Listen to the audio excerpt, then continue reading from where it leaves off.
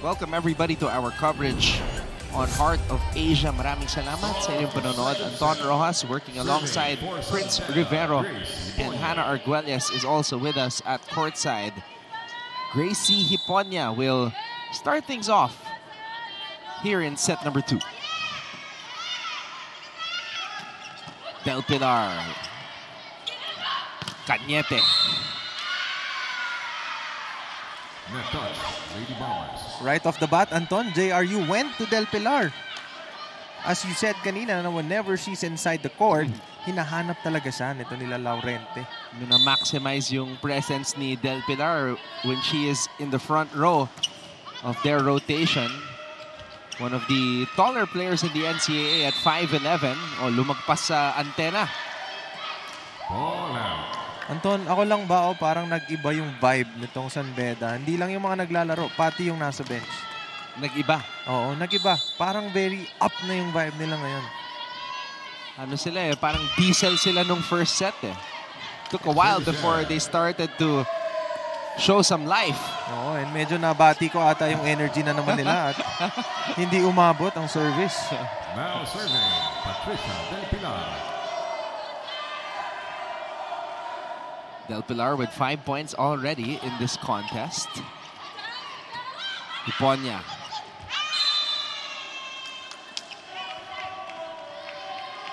Point for JRU.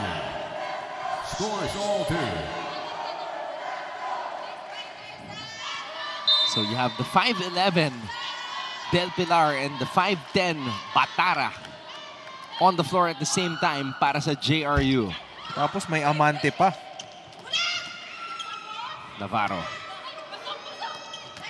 Regalo para kay Bachar, but JRU was able to keep the ball in play. Emergency spike won't work.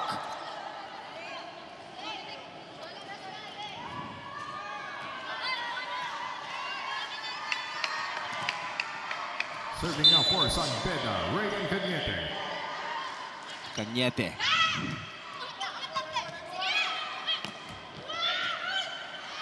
Oh, what a save by Bachar. Habakon. Tiala. Banyas. Hiponya back set. Bachar gets that one through. Bachar. Oh, hindi ko nababatiin kung ano yung mga nakikita ko, pero that was a point for Bachar.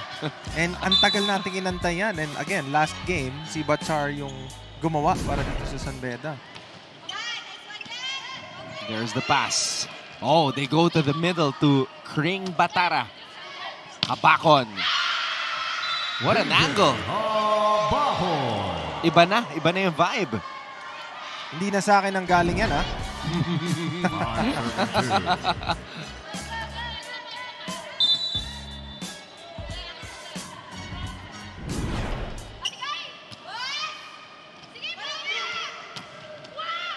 Oh, what a dive by Banyas. Banyas has been very vocal for San Beda here in the early goings of this set.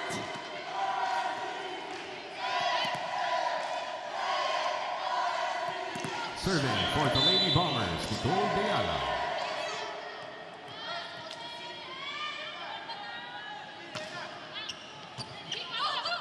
Hiponya, Bachar.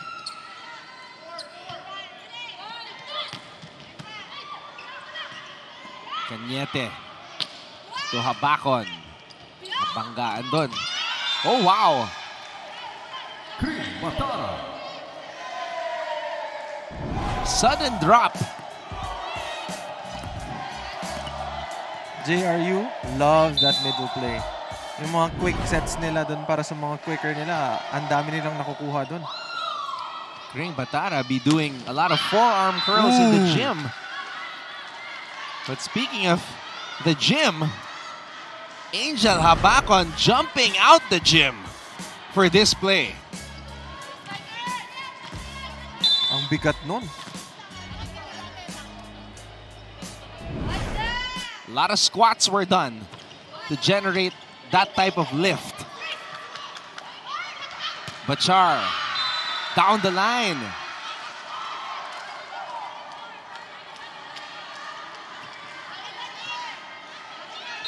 And now Coach Mia is going to make some changes here. Graduating captain Hasareno checks out. And checking into the game is Zarina Ramos.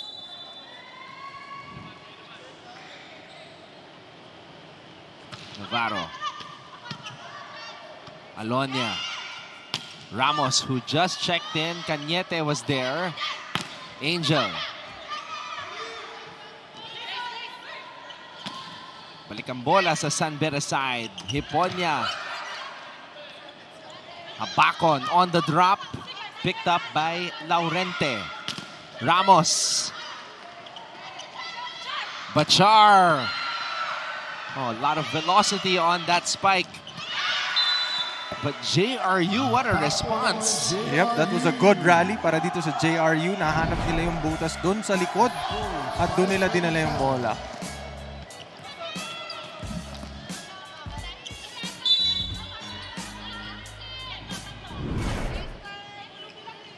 Amante. Hiponia. Habakon. Inabangan ng mga blockers. Black point, Batara. Point for JRU. JRU getting back to this game. Only down by 1. Amante with the serve.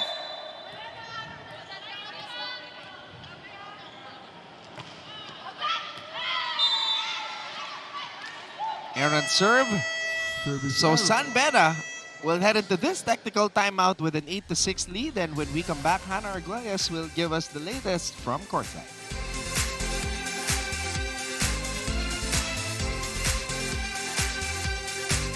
Marami sa mga student-athletes ng NCAA ang tumutuloy sa mga professional basketball leagues at may mga piling atleta rin na nagiging basketball legends.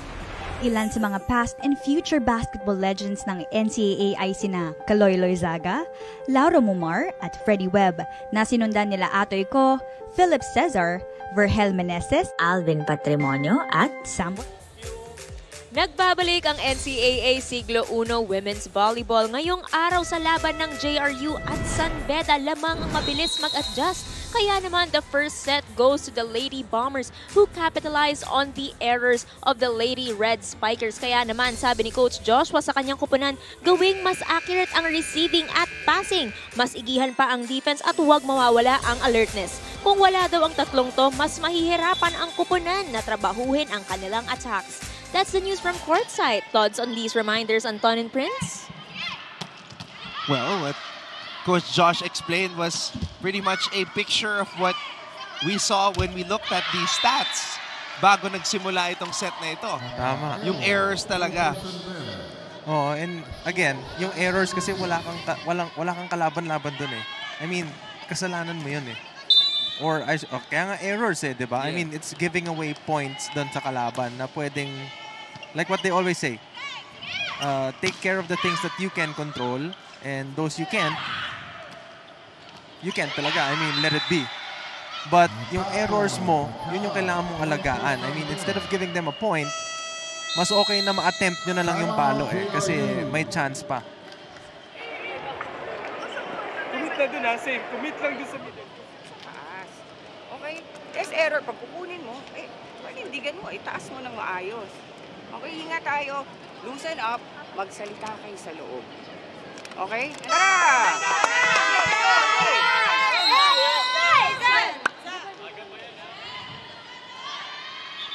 Now it's Coach Mia with the concern in the tone of her voice.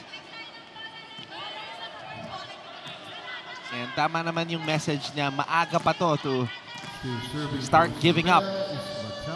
Oh, I mean, San Beda earlier was able to get back to the game with a single-digit lead. Yeah, they made the score at least look respectable rather than it being double digits. And I mean, they can do the same thing. Oh, what a set by Hiponia. You know, this setter, Hiponia, he's a good setter. As long as you get the ball to her properly, he can make those decisions really well. And notice how she is magalaw siya. Kasi she's not that tall.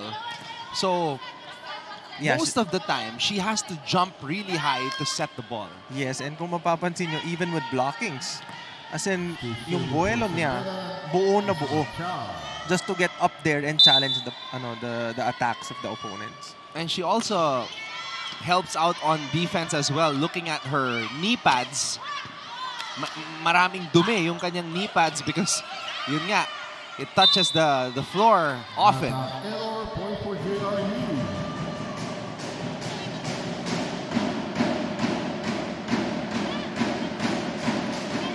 That's how you know somebody puts in the work.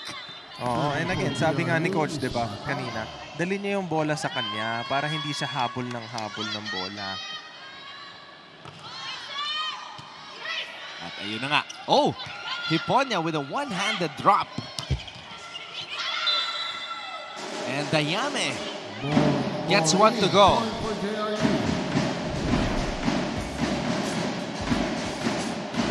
Dayame enjoyed that one. Oo, kasi tumama na yun sa net eh. Kung hindi yun tumama sa net, baka lumagpas. That's why she was apologizing. Kasi may halong swerte doon. Hiponya. Habakon using her left hand. Blockers were there. Blockers were still there. Now the ball goes back to the San Beda side. Gracie to Angel. Habakon, point for San Beda. Our score is 12-7 each. Serving for San Beda is number 1. 9 points in the match for Angel Habakon.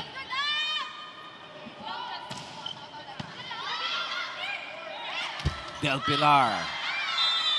And Byong could not pick that one up properly. You know when you're playing video games and yung player mo lumalabas na yung Gatorade kapag nag-exert ng effort. Sa tingin mo, kailangan na kaya sa dami ng jump serve niya na yun at saka nung attacks na ginagawa niya. Lumabas na kaya yung icon na yun? Tingin ko, oo.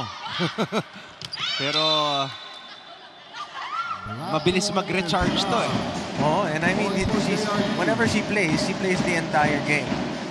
And from time to time, lumalabas siya kasi of the libero. But if your game has been like that throughout, I think you'll get used to it.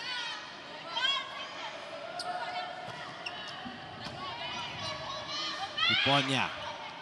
Cañete. Oh! Angel and Banyas hesitating.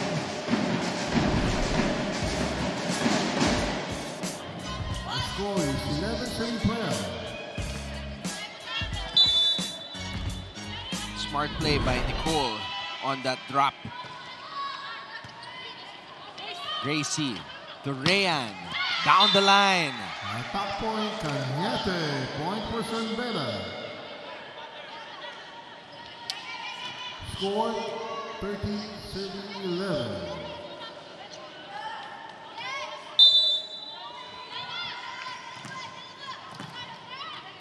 The rookie, Riri Pedural, gets that one in.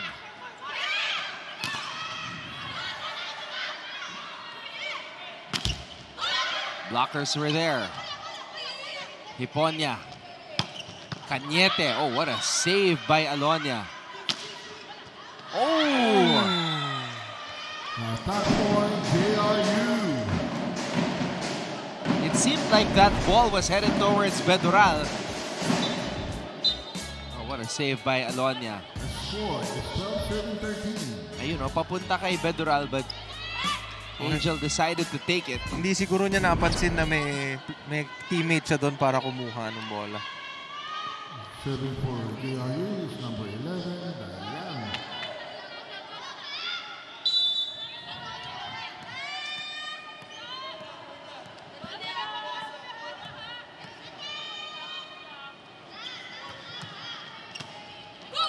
Hiponya on the drop. Martinez gets the ball in the air. Cañete. Del Pilar was able to sneak that one in. And we are tied 13-all. JRU is back in the ball game. Our score is 13-all. Serving for JRU is Dayame. So Coach Mia making the adjustments here. Marami siyang pinasok ng mga players from the bench and they have delivered, including Dayame.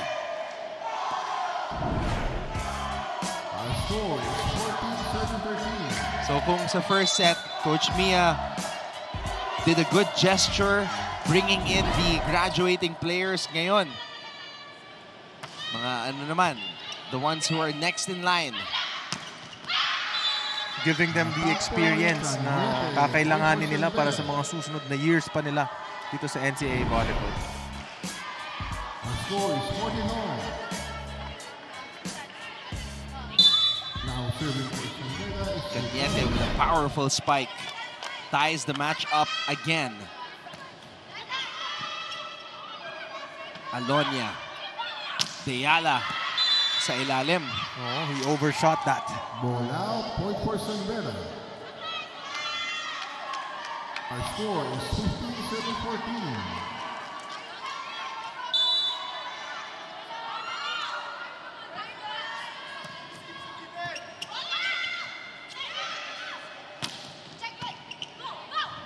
Hiponya. Bachar. Attack error. Point for JRU. Now, the two liberos of San Beda are very vocal, Score is 15-all. especially when they pass the ball properly to the setter. Sisigaw sila ng go, go, go. Oo, kailangan kasi isa yan sa mga binili nito ni Coach Joshua, na ibigay yung bola ng ayos dito kay Gracie para ma-set niya. Cañete. Point for Sambeda. Second technical. So, Banya shouted go. And so they did. San Beda gets the point, 16-15. Marami sa mga student athletes ng NCAA ang tumutuloy sa mga professional basketball leagues at may mga piling atleta rin na nagiging basketball legends. Ilan sa mga past and future basketball legends ng NCAA ay sina Kaloy Loizaga, Laura Mumar at Freddie Webb na sinundan nila Atoy Ko, Philip Cesar, Vergel Meneses, Alvin Patrimonio at Samboy Lim. Isama nyo na rin sina Romel Aducul, Rodi Santos, Willie Miller, hanggang sa panahon ni na Ron J. Buenafe, Sunday Salvacion, Scotty Thompson, Calvin Abueva, Gio Halalon, CJ Perez, Ray Nambatak at Robert Pollock. Kahit anong henerasyon, hindi mawawala ng pambato ang NCAA. Yan ang NCAA sa siglo 1. Marami sa mga student athletes ng NCAA ang tumutuloy sa mga professional basketball leagues at may mga piling atleta rin na nagiging basketball legends. Ilan sa mga past and future basketball legends ng... Oo, nakita ko yung yung post mo na yun tungkol dun sa The Cube na yun. Ang ganda. Yeah.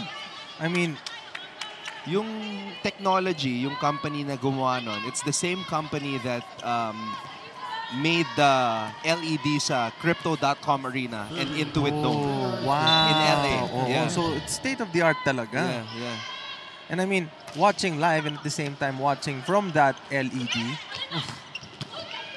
ganda nun. The experience would be nice. So even if you were watching in the nosebleeds, you can still see the players from up close. Bachar.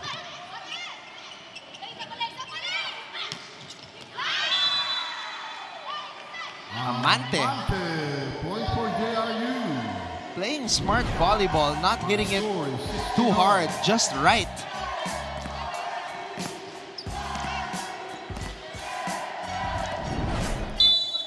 Minsan kasi, pag nanggigigil ka, you're just gonna hit it hard no matter what. Yep. And it's hard to control that kasi hindi mo rin napapansin na nanggigigil ka eh. Deyala. Hiponya on her knees. Bachar. Martinez keeps the ball alive. Cañete has been passing with a smile.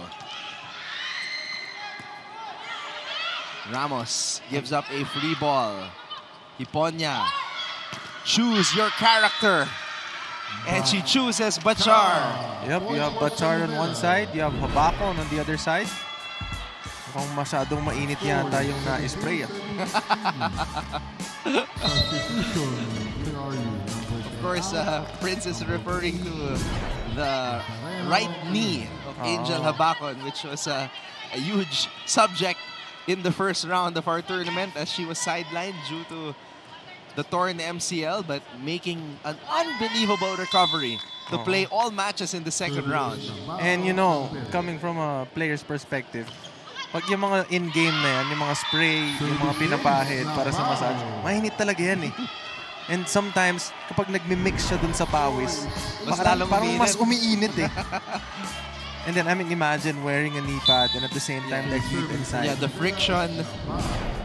At least alam mo na magiging loose siya. Kasi pag malamig, mas mahirap eh. Kasi tight yung feeling nun eh.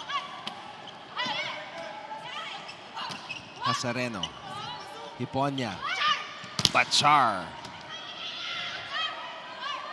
Bachar. Ayan na. Attack point, Bachar. Point for San Beda. Bachar also starting to heat up for the Bedans. JRU calls a timeout. Kailangan nyo gawin yung pattern. Doon lang pumupunta yung bola sa pattern natin. Okay? Inuutakan kayo. So may block doon, alam niyang cover down the line, so ikakat niya dito. Yung tao dito, dapat ready, hindi kayo pupunta ng bola. Puntahan niyo yung bola, tingnan niyo siya. Pag naka-pattern kayo, kuha yun eh. Tara!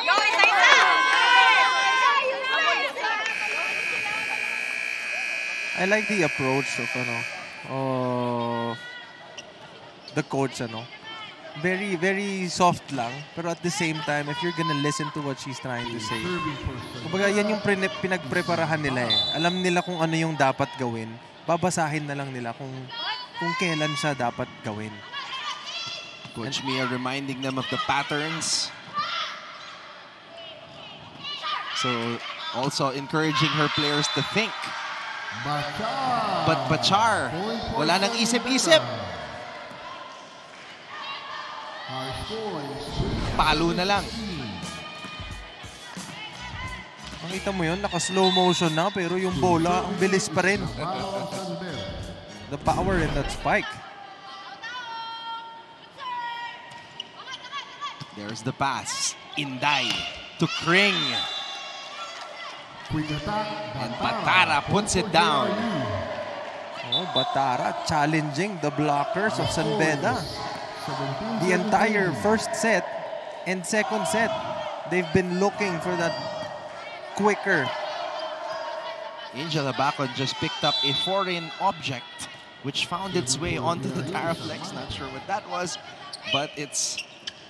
Players are out of harm's way now. But so did the JRU players. They got out of harm's way as that ball was on the fast track to nowhere.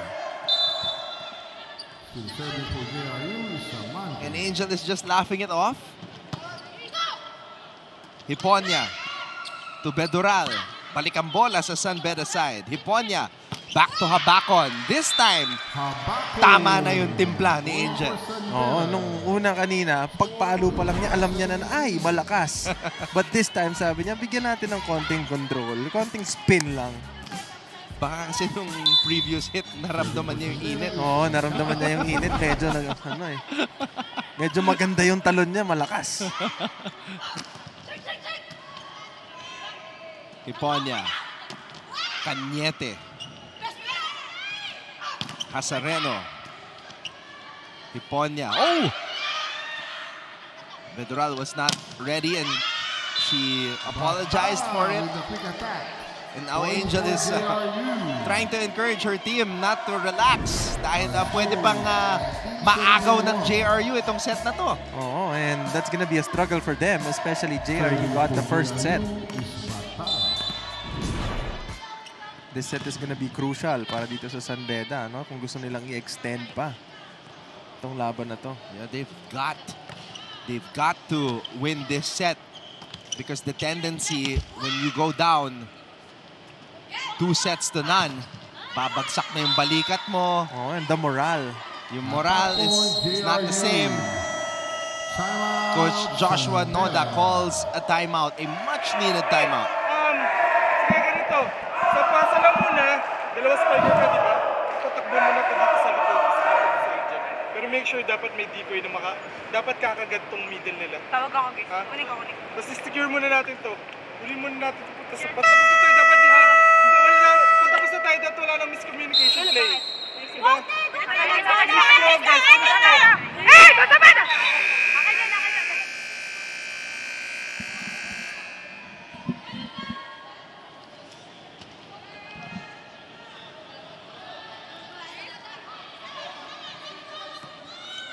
So let's see if those words will put his players back on track as JRU is trying to steal this set away. Oh, poor first ball. Hiponya had to adjust. A joust at the top, and we are tied. Point for JRU. Our score is 21-all.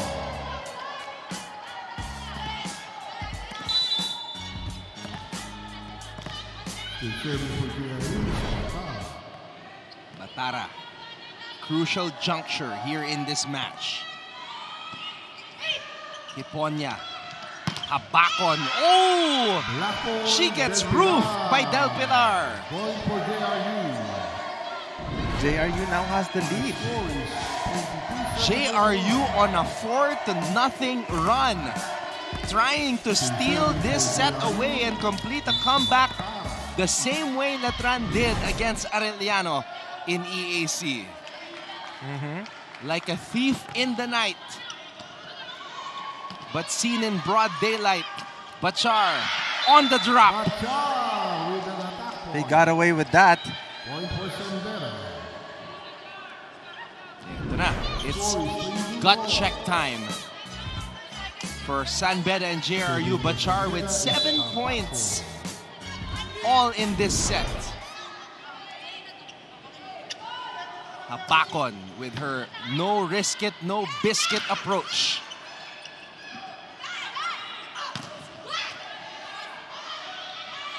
Hasareno over the blockers.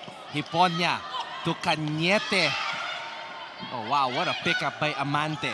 Oh. Cañete, second try. Hasareno. Hiponya, choose your fighter. Habakon, oh no. Morale, point for JRU. Our score is 27-22. JRU with a chance. 2 points away from going up Serving for JRU 2-0. The captain at the service line.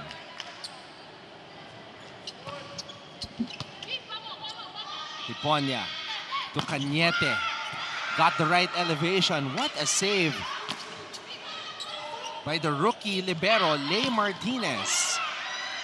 Well, those were 2 solid spikes by Cañete that JRU was able to pick up. Hiponya, Habakon, back row. Dug up by Hasareno. Del Pilar! Del Pilar. Point for JRU. Timeout, Sandera. Ay, basic na lang yung play muna. Huwag na natin madali. Kailangan lang pasa. Yung middle nila, exacto yung receive, dapat na ma-mark na natin to. Yun lang naman yung option sa game. Tapos itong mga dalawa, dapat nakasecure na yung likod natin kasi mahaba naman yung palo. Doon lang yung sa middle, pag sumakto lang yung pasa nila, tsaka na lang in-activate yun. One step natin muna to, kailangan mo na maayos na pasa. Kailangan mo na maayos na takot. Hey! Kasama na! Hey! Kunin natin to!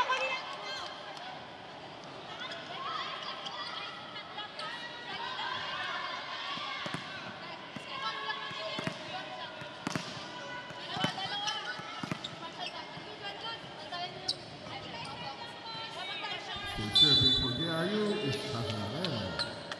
I have a feeling na kapag bumalik tong bola sa JRU, quick ang kukunin nila. Cañete. Eh, hindi na bumalik. So, JRU takes set number 2.